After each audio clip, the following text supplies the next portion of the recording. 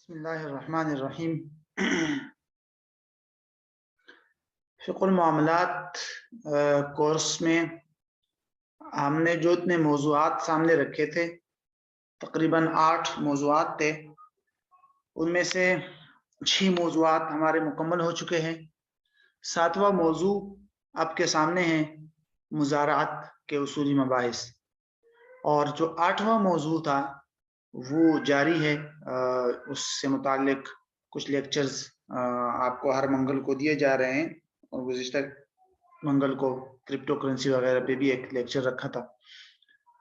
تو کوشش کرتے ہیں انشاءاللہ اس ہفتے کی جو کلاسز ہے، 3 کلاسز لائیو، ان 3 کلاسز میں مزارعات کے اصول کا جو بنیادی خلاصہ ہے وہ سامنے رکھ لے، اس کو پڑھ لے۔ اس کے بعد انشاءاللہ پھر اس مہینے کے آخر تک، چونکہ ہمارا کورس کا یہ آخری مہینہ ہے، تو اس مہینے کے آخر تک وہ سارے کے سارے جو جدید موضوعات ہم نے رکھے تھے 33 یا 32، ان سب کو کور کرنے کی کوشش کریں گے۔ ان میں سے اکثر کے ریکارڈنگز موجود ہے، کچھ کی لائیو کلاسز ہو جائے گی، اور انشاءاللہ مہینے کے آخر تک وہ سارے کور ہو جائیں گے، تو پھر ہمارا کورس مکمل ہو جائے گا۔ تو آج سے ہم جو موضوع شروع کر رہے ہیں وہ ہے مزارعات، بٹائی وغیرہ پہ زمین جو زمین دیتے ہیں، شاید انگلش میں اس کو شیئر کراپنگ یا کراپ شیئرنگ اس طرح کے الفاظ استعمال ہوتے ہیں۔ مزارعات کے اندر جتنی تفصیلات ہے، اس پر کوئی مستقل کتاب میری نظر سے نہیں گزری، نہ عربی میں گزری اور نہ ہی اردو میں، یعنی جو مستقل ہو، چھوٹے موٹے رسائل ہے لیکن ایک مستقل تحقیقی کتاب اس پر موجود نہیں ہے۔ بہرحال موضوع قابل تحقیق ہے، اس حوالے سے جو اہم نکات ہے ان کو ہم، جو اہم مباحث ہے ان کو ہم 9 پوائنٹس میں یا 9 نکات میں تقسیم کر سکتے ہیں۔ تعارف، حکم، فقہی تکیف، پھر ارکان، شرائط، پھر پیداوار کی تقسیم کے اصول، مزارعات کی صورتیں، مزارعات فاسدہ کا حکم، اور مزارعات کے کچھ جدید مسائل۔ تو ترتیب وار اب ہم 1 2 3 کر کے ان تمام باتوں کو دیکھتے ہیں۔ سب سے پہلا پوائنٹ جو ہمارے سامنے ہے وہ ہے مزارعات کا تعارف، کہ یہ عقد مزارعات کیا چیز ہے۔ مزارعات جو ہے باب مفاعلہ کا مصدر ہے، آپ کو پتہ ہے، زارع یزارع مزارعتا، تو اس کے جو اصل مادہ اور روٹ ہے وہ 3 حروف ہے، زا، را اور عین۔ زرع، جس کے لغوی معنی آتے ہیں بیج بونا، کسی زمین میں مطلب جو ہے کوئی بیج لگانا، اسی طرح کسی کو زمین بٹائی پر دینا، وہ بھی اس کے اندر آتا ہے۔ جہاں تک اس کی اصطلاحی تعریف ہے کہ فقہ میں اس کی کیا تعریف کی جاتی ہے، تو صاحب ہدایہ نے اس کی جو مختصر اور آسان تعریف کی ہے وہ یوں ہے کہ عقد علی الزرع ببعض الخارج، یہ سب سے جامع اور مختصر تعریف ہے اس کی۔ عقد علی الزرع ببعض الخارج، کیا مطلب ہے اس کا؟ کہ زمین کی بعض پیداوار کو بطور عوض دے کر کھیتی پر اور زراعت پر کوئی عقد کرنا۔ ببعض الخارج کا مطلب یہی ہے کہ بعض خارج کا مطلب ہے یہاں فصل، کہ زمین کے سے نکلنے والی فصل، بعض جو فصل ہے اس کے بدلے میں کھیتی وغیرہ پر کوئی عقد کرنا، کوئی کانٹریکٹ کرنا، یہ ہے مزارعات۔ تو اگر اس کو آسان مفہوم میں سمجھا جائے تو اس کا مطلب یہ ہوتا ہے کہ کوئی شخص کسی کو زمین فراہم کرے اور اس کو کہے کہ تم اس کے اندر کھیتی باڑی کرو، اور جو کاشتکاری وغیرہ کر کے تم اس سے فصل حاصل کرو گے، اور جو اس سے پیداوار حاصل ہوگی، خواہ گندم کی شکل میں ہے، کسی آلو وغیرہ کی شکل میں، کوئی بھی چیز ہے، تو وہ جب حاصل ہو جائے گی تو اس میں سے کچھ حصہ تمہارا ہو جائے گا بطور اجرت، کیونکہ تم میرے ساتھ ایک عقد کر رہے ہو۔ تو آپ کے عمل کے بدلے میں مثلا 40% یا 50% آپ کا ہو جائے گا، وہ آپ کی ہو جائے گی وہ پیداوار اور فصل، اور باقی مالکی زمین یعنی کہ میری ہو جائے گی۔ تو اس کو کہتے ہیں عقد مزارعات۔ عقد مزارعات کی طرح یا اس سے ملتے جلتے کچھ اور نام بھی مشہور ہے۔ مثال کے طور پر ایک اور لفظ استعمال ہوتا ہے فقہی کتابوں میں، مخابرہ، میم خا الف با را اور پھر گولتا، مخابرہ، ٹھیک ہے۔ اکثر علماء نے اس کو بھی مزارعات کا متبادل قرار دیا ہے یا مترادف قرار دیا ہے کہ مخابرہ کا بھی یہی معنی ہے کہ زمین کو پیداوار کے کچھ حصے پر بٹائی پر دینا. تو مخابرہ اور مزارعات بھی تقریباً ایک جیسے ہیں. اسی طرح ایک اور لفظ ہے وہ مساقات، میم سین الف قاف الف اور پھر تا، مساقات سقیون سے ہیں. اس کا فقہی مفہوم یوں ہوتا ہے کہ کسی کو باغ جو ہے اور باغ کے درختوں کو دیکھ بھال کرنے، پانی وغیرہ دینے کے لیے کسی کو رکھنا، اور اس شرط پہ رکھنا کہ تمہارے دیکھ بھال کرنے اور تمہارے اس باغ کی کو پانی وغیرہ دینے اور اس کی صفائی وغیرہ کرنے کے بعد جب اس باغ میں پھل نکلیں گے تو وہ پھل جو ہے اس پھلوں میں سے مثلا آدھا حصہ آپ کا ہو جائے گا یا 40% آپ کے ہو جائیں گے اور باقی میرے. اس کو مساقات کہتے ہیں. ٹھیک ہے، وہ بالکل ایک الگ عقد ہے، وہ مزارعات نہیں ہے. اب یہ تو خیر بہرحال مختصر سا تعارف تھا مخابرہ مزارعات کا. بلکہ ایک اور لفظ بھی ہے، جس طرح مزارعات کے اندر ہم نے 2 لفظ بتا دیے نا، مخابرہ اور مساقات. ایک تیسرا لفظ ہے، وہ ہے محاقلہ، میم ح الف قاف لام اور تا. محاقلہ یہ 3 حروف، اس کے حروف اصلی جو ہے وہ ہے ح قاف لام. حقل یہ دراصل کھیتی کو کہتے ہیں، زرعی زمین کو. لیکن محاقلہ کا کیا مطلب ہے تو اس بارے میں پھر فقہا کی آراء مختلف ہے. بعض فقہا فرماتے ہیں کہ محاقلہ اور مزارعات دونوں ایک ہی چیز ہے. ٹھیک ہے، محاقلہ اور مزارعات دونوں ایک ہی چیز ہے. اور بعض فقہا نے پھر فرق بیان کیا ہے کہ نہیں بھائی، مزارعات اور محاقلہ میں فرق ہے. محاقلہ ایک وسیع مفہوم رکھتا ہے اور مزارعات تو ایک خاص صورت ہے. مزارعات کا مطلب تو میں نے آپ کو بتا دیا.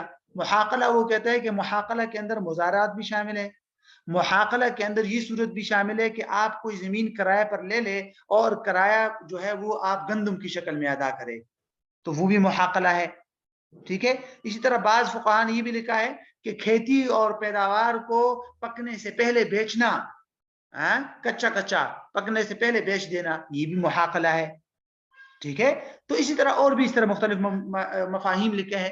بعض مفہوم اس کے جو ہے وہ شرعاً درست بھی نہیں ہے. مثلا ایک صورت اس کی یہ لکھی ہے محاقلہ کی کہ صاف گندم کے بدلے میں خوشوں میں موجود گندم کے بدلے بیچنا اندازے کے ساتھ. مثلا میرے سامنے بالکل صاف ستھری پکی گندم جو پڑی ہوئی ہے اور اس کی مقدار اگرچہ معلوم نہیں ہے بلکہ ایک ڈھیر ہے، اور آپ کے پاس زمین میں خوشوں میں ابھی تک گندم لگی ہوئی ہے، تو ان گندم کا میں ان گندم کے ساتھ تبادلہ کرتا ہوں، تو یہ ہے محاقلہ. اور اندازے کے ساتھ تو یہ ممنوع ہے کیونکہ سود لازم آ رہا ہے. دونوں طرف جنس ہے کہ اور دونوں طرف وزنی چیز ہے، لہٰذا وہاں کمی بیشی کا اندیشہ ہے، تو اس لیے یہ جائز نہیں ہے. بہرحال تو محاقلہ ایک وسیع مفہوم رکھتا ہے. اچھا، اب دوسری بات مزارعات کا شرعی حکم یا مزارعات کا حکم. اس کے تحت آپ نے 2 باتیں ذہن میں رکھنی ہے. ایک، مزارعات کا اصل حکم کہ کیا مزارعات اور اس طرح زمین کسی کو بٹائی پر دینا یہ شرعاً جائز بھی ہے یا نہیں. ٹھیک ہے. اور دوسرا مزارعات کا لزوم. مزارعات کا لزوم کا مطلب یہ ہے کہ جب کسی نے مزارعات کا عقد کر لیا تو کیا یہ عقد لازم ہے کہ آپ دوسرے پارٹی کی رضامندی کے بغیر آپ اس کو ختم نہیں کر سکتے، یا لازم نہیں ہے آپ کسی بھی وقت جا کے انکار کر دیں کہ بھئی بس ختم، میں نہیں کرتا یہ. ٹھیک ہے. تو کیا یہ عقد لازم ہو جاتا ہے کہ اس کو کمپلیٹ کرنا ضروری ہوگا یا یہ لازم نہیں ہے. تو 2 الگ الگ باتیں ہیں، ان کو ذرا سمجھتے ہیں. جہاں تک مزارعات کا اصل حکم ہے، اس پر حضرت شیخ تقی صاحب نے تکمیلہ فتح الملہم میں بہت خوبصورت کلام کیا ہے.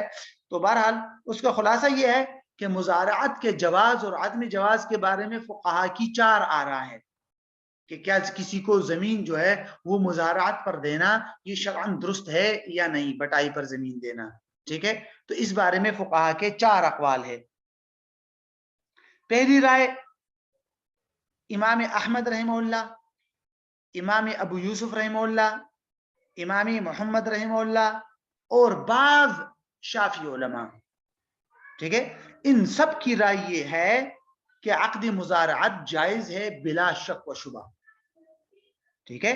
فقہائے شافعیہ میں سے جو بڑے بڑے فقہا ہیں نا، علامہ ابن منذر رحمہ اللہ، امام خطابی رحمہ اللہ، امام ماوردی رحمہ اللہ، اسی طرح صحابہ کرام سے بھی، بلکہ علامہ ابن حزم رحمہ اللہ نے بھی اس کو جائز قرار دیا ہے، جو اہل ظاہر میں سے ہیں، ظاہریہ. ٹھیک ہے، تو ان سب کے ہاں یہ پہلا قول ہے. یہ سارے حضرات یہ فرماتے ہیں کہ بھئی عقد مزارعات جائز عقد ہے. دوسری رائے امام ابو حنیفہ رحمہ اللہ اور امام ظفر رحمہ اللہ، اور اسی طرح مثلا تابعین میں سے عکرمہ، مجاہد، علامہ نخعی رحمہ اللہ وغیرہ، ان سب کی رائے یہ ہے کہ عقد مزارعت بالکل جائز نہیں ہے. آپ کسی کو زمین بٹائی پر دے رہے ہیں تو یا اجارے پر دے سکتے ہیں، کرائے پر، لیکن بٹائی پر جو صورت ابھی ہم نے مزارعات کی پڑھی، یہ صورت ان کے ہاں جائز نہیں ہے. ٹھیک ہے، دو رائے ہو گئی. تیسری رائے امام شافعی رحمہ اللہ، ان کی رائے یہ ہے کہ عقد مزارعت جائز تو ہے، لیکن اس کے لیے بنیادی طور پر چند شرائط ضروری ہے. وہ پھر مختلف شرائط لگاتے ہیں، تقریباً 4-5 شرائط لگاتے ہیں، لیکن سب سے اہم شرائط کون سی ہے وہ ذرا دیکھتے ہیں. وہ کہتے ہیں کہ عقد مزارعت تب جائز ہے جب اس کو مساقات کے ضمن میں کیا جائے. عقد مزارعت کو الگ مستقل کرنا جائز نہیں ہے. وہ کہتے ہیں مساقات کے ضمن میں آپ کر سکتے ہیں. کیا مطلب ہے اس کا؟ مطلب یہ کہ صرف زمین آپ کسی کو بٹائی پر دے رہے ہیں، یہ جائز نہیں ہے ان کے ہاں، بلکہ آپ کسی کو باغ اور باغ کے درخت جو ہے اس کی وہ دیکھ بھال کے لیے دے دے، مساقات کر لے، اور اس کے تحت جو زمین ہوگی کہ وہ اس کو کہہ دو کہ بھئی یہ نیچے نیچے جو زمین ہے اس پر تم کھیتی باڑی بھی کرو، اس سے جو فصل حاصل ہوگی وہ آدھی آدھی ہو جائے گی. تو عقد مزارعات کو مساقات اور باغوں کی جو معاملہ ہوتا ہے اس کے ضمن میں کیا جائے تو ٹھیک، ورنہ درست نہیں ہے. یہ سب سے بڑی شرط ہے ان کے ہاں. ٹھیک ہے، یہ انہوں نے ایک بنیادی شرط لگائی ہے. اور پھر انہوں نے ضمنی طور پر اور بھی شرائط کا ذکر کیا ہے کہ بھئی عقد مساقات جو ہے وہ اور مزارعات الگ الگ نہ ہو، ایک ہی عقد میں دونوں کو جمع کیا جائے تاکہ مساقات اصل ہو اور مزارعات اس کے بیچ بیچ میں آ جائے. ٹھیک ہے، اور اسی طرح انہوں نے یہ بھی لکھا ہے کہ کچھ بیج وغیرہ کی شرائط لگائی ہے کہ بیج جو ہے مالک کی زمین کے ذمہ ہوگا، جو آدمی کام کر رہا ہے وہ بیج نہیں دے سکتا. تو بہرحال ان کے ہاں بنیادی شرط یہی ہے کہ آپ مساقات کے ضمن میں کر سکتے ہیں. اسی طرح بیج بھی مالک کی طرف سے ہوگا، مساقات اور مزارعات کا عقد دونوں ایک کانٹریکٹ میں کیا جائے، الگ الگ نہیں. تو یہ امام شافعی رحمہ اللہ کی اصل رائے ہے. چوتھی اور آخری رائے امام مالک رحمہ اللہ کی ہے. وہ کہتے ہیں اصولاً تو عقد مزارعات جائز نہیں ہے، اصلاً عقد مزارعات جائز نہیں ہے. البتہ عقد مزارعات وہ کہتے ہیں کہ دو شرائط کی موجودگی میں عقد مزارعات درست ہے. پہلی شرط وہی ہے جو فقہائے شافعیہ نے ذکر کی تھی کہ مساقات کے ضمن میں کیا جائے، یعنی باغوں کا جو معاملہ ہوتا ہے باغ کے دیکھ بھال والا، اس کے ضمن میں کیا جائے، الگ درست نہیں ہے. ٹھیک ہے، اور دوسرا انہوں نے عقد یہ شرط لگائی ہے کہ آپ ایک زمین کا باغ دے رہے ہیں کسی کو مساقات کے طور پر دیکھ بھال کے لیے، اور اس کے ضمن میں آپ مزارعات پر زمین بھی دے رہے ہو، تو وہ کہتے ہیں کہ وہ زمین جو ہے وہ اس باغ والی زمین میں سے ثلث سے زیادہ نہ ہو. زیادہ سے زیادہ ثلث زمین ہوگی، یعنی 1/3 اتنی زمین ہوگی. اگر 3 کنال کا باغ ہے تو اس میں سے آپ کتنی زمین مزارعات پر دیں گے؟ 1 کنال. تو وہ کہتے ہیں ثلث کی حد تک آپ دے سکتے ہیں، ثلث سے زیادہ نہیں. ٹھیک ہے، تو بہرحال یہ فقہائے مالکیہ کی رائے ہے. تو خود حنفیہ کے اندر جیسے کہ آپ نے دیکھا امام ابو حنیفہ اور امام ظفر اس کو ممنوع لکھتے ہیں، اور امام ابو یوسف، امام محمد رحمہ اللہ وہ اس کو جائز سمجھتے ہیں، اور فقہائے حنفیہ کے ہاں فتویٰ جو ہے وہ صاحبین کے قول پر ہے کہ یہ جائز ہے. اگر آپ غور کریں گے نا کہ بھئی یہ اتنا اختلاف کیوں پیدا ہوا عقد مزارعات میں، تو بنیادی طور پر اگر آپ غور کریں فقہی کتابوں میں اور احادیث جو اس سلسلے میں آئی ہے اس میں، تو آپ کے سامنے 2 بڑے اسباب معلوم ہو جائیں گے کہ بھئی 2 بڑے ایسے اسباب ہیں جس کی وجہ سے فقہا کے ہاں عقد مزارعات میں اختلاف پیدا ہو گیا. پہلا بنیادی سبب ہے احادیث اور آثار کا مختلف ہونا، کہ اس بارے میں جو احادیث اور آثار آئی ہیں، کچھ احادیث ایسی ہے جس سے واضح طور پر تو نہیں لیکن کچھ نہ کچھ اس سے یوں معلوم ہوتا ہے کہ یہ مزارعات کا عقد درست نہیں ہے، کہ مزارعات کا عقد درست نہیں ہے. جیسے کہ ایک حضرت ثابت بن ضحاک رضی اللہ عنہ کی ایک حدیث بیان کی جاتی ہے، اس میں آیا ہے کہ آپ صلی اللہ علیہ وسلم نے مزارعات سے منع فرمایا ہے. اس طرح مخابرہ سے آپ صلی اللہ علیہ وسلم نے منع فرمایا، جابر رضی اللہ عنہ کی حدیث سے اس میں ہے کہ مخابرہ سے منع فرمایا، تو مخابرہ کو مزارات کے معنی میں لیتے ہیں بہرحال. اور کچھ احادیث میں ایسا آیا ہے کہ یہ جائز ہے. تو احادیث اور آثار صحابہ کے آثار مختلف ہے، تو صحابہ کرام کا فقہا کا بھی اختلاف ہو گیا. دوسرا بنیادی سبب وہ ہے عقد مزارعہ کی فقہی حیثیت، کہ بھئی آپ اگر کسی کو زمین دے رہے ہیں بٹائی پر اور اس کو کہہ رہے ہیں کہ جو پیداوار حاصل ہوگی وہ آدھی آپ کی آدھی میری ہے، اس طرح آپ طے کر رہے ہیں، تو اس کی فقہی حیثیت کیا ہے؟ تو بعض فقہا فرماتے ہیں کہ یہ جو ہے اجارہ ہے. تو جب اجارہ ہے تو پھر تو جائز نہیں ہونا چاہیے، کیونکہ اجارے میں کام کرنے والے کے لیے فکس اجرت رکھنی چاہیے، یہاں فکس اجرت نہیں ہوتی ہے. لیکن جو فقہا یہ فرماتے ہیں کہ نہیں بھئی یہ اجارہ نہیں ہے، یہ مزاربت کی طرح ایک معاملہ ہے، جس طرح آپ مزاربت پہ مال دے رہے ہیں، وہ آگے پیسے کمائے گا اور اس سے آگے آپ کے ہوں گے نفع اس کا، تو یہ مزاربت کی طرح ہے، تو وہ اس کو پھر جائز سمجھتے ہیں. تو بہرحال فقہا کے اپنے اجتہادات ہیں، اور آپ اگر شروحات حدیث دیکھیں گے تو اس سلسلے میں انہوں نے بڑی تفصیل کے ساتھ مختلف حدیث کی مختلف تعویلات کی. تو یہ ہے مزارات کا اصل حکم. اب دوسری بات دیکھتے ہیں، مزارات کا لزوم، کہ کیا عقد مزارعت جو ہے وہ لازم ہے یا غیر لازم. اب یہ سوال کن پر ہوگا؟ یہ ان کے ہاں ہوگا جو عقد مزارعت کو درست سمجھتے ہیں. مثلا فقہائے حنفیہ میں سے جو صاحبین ہو گئے، اور اسی طرح فقہائے مالکیہ جب مزارعات مساقات کے ضمن میں کیا جائے، شافعیہ کے یہاں بھی جب شرائط پائی جائے، تو امام ابو حنیفہ رحمۃ اللہ علیہ، امام ظفر تو اس کو درست ہی نہیں سمجھتے، تو اس لیے وہ مزارعات کے لزوم اور عدم لزوم کے بارے میں ان سے کوئی روایت نہیں ہوگی. بہرحال تو مزارعات کیا عقد لازم ہے کہ بھئی اس کو ختم نہ کیا جا سکتا ہو اور اس کو کمپلیٹ کرنا، مکمل کرنا ضروری ہو؟ ٹھیک ہے، اس بارے میں صاحبین یعنی فقہائے حنفیہ جنہوں نے اس کو جائز قرار دیا ہے، صاحبین وہ فرماتے ہیں کہ عقد مزارعات میں جیسے آگے جا کے آپ دیکھیں گے، جو آدمی بیج فراہم کرے گا اس کی طرف سے تو یہ عقد مزارعات لازم نہیں ہے، وہ جب چاہے تو عقد مزارعات ختم کر سکتا ہے. زمین اگر مالک کی زمین بیج اگر مالک کی زمین نے فراہم کیا، وہ کسی بھی وقت عقد ختم کر سکتا ہے. اسی طرح بیج اگر کس نے فراہم کیا، مزارع نے جو کام کر رہا ہے، تو وہ کسی بھی وقت عقد جو ہے ختم کر سکتا ہے. تو جس نے بیج فراہم کیا اس کی طرف سے یہ عقد لازم نہیں ہے. لیکن جو دوسرا آدمی ہے جس نے بیج فراہم نہیں کیا، وہ جو بھی ہو، مالک زمین ہو یا کام کرنے والا، وہ اس پر عقد لازم ہے، وہ اس کو ختم نہیں کر سکتا.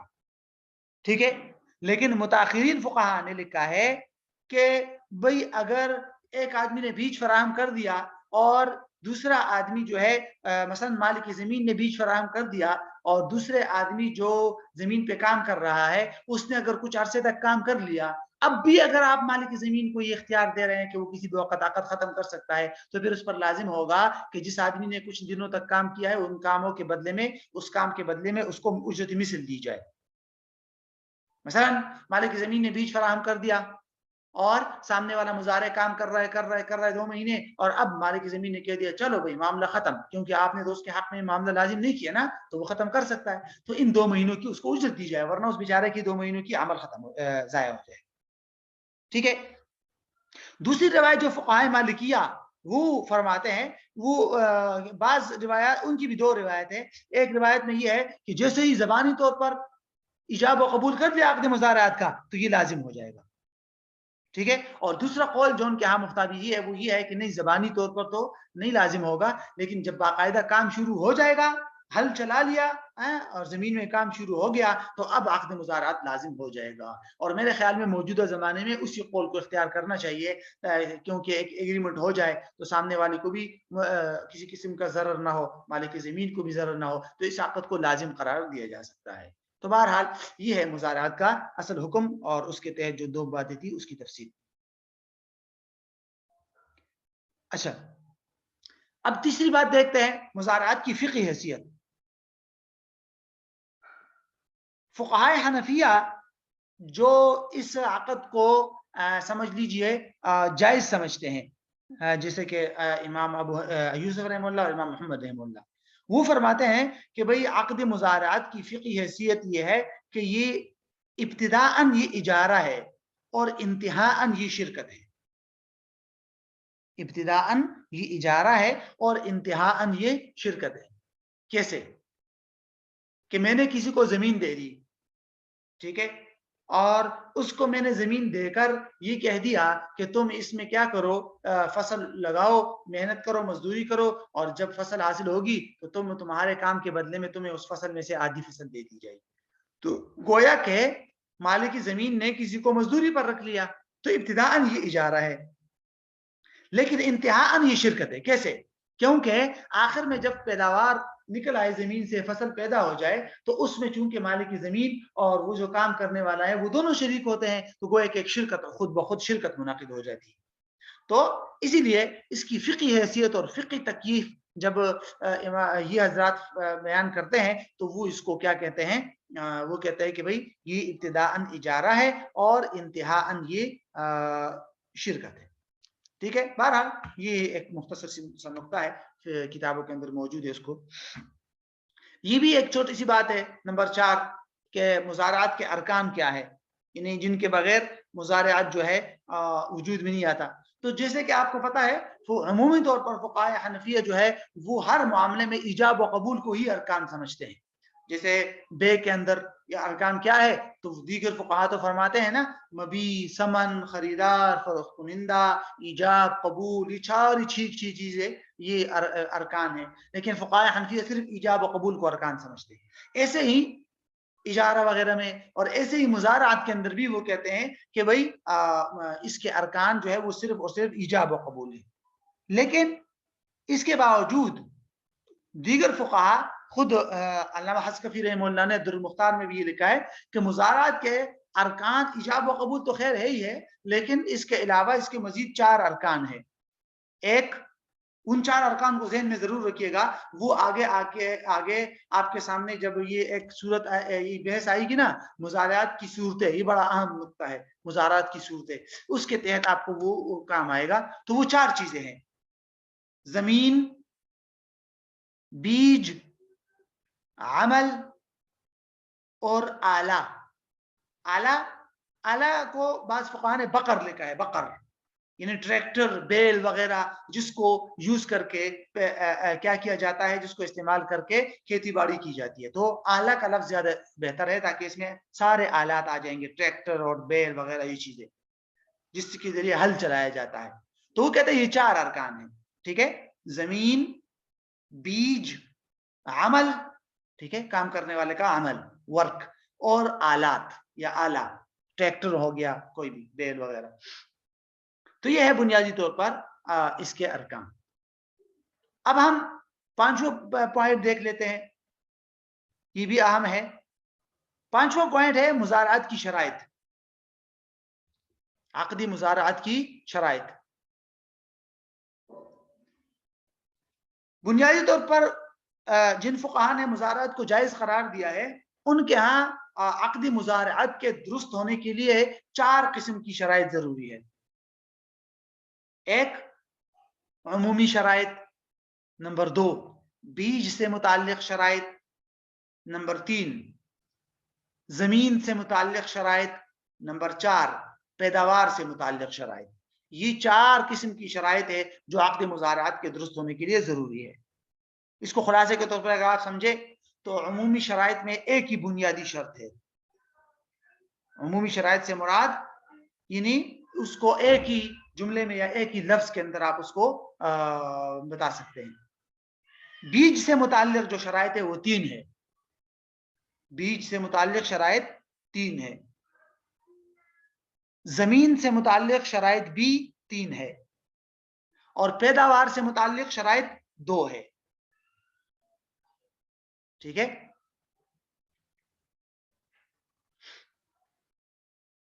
تو جہاں تک پہلی قسم کی شرائط ہے عمومی شرائط.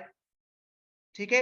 عمومی شرائط کا مطلب ہے کہ بھئی جو 2 پارٹیز عقد مزارعات کر رہی ہے ان کے لیے وہ عام اور جنرل شرائط تو ضروری ہے جو ہر قسم کے عقد اور کانٹریکٹ کے لیے ضروری ہوتے ہیں. یعنی دونوں میں اہلیت ہونا ضروری ہے.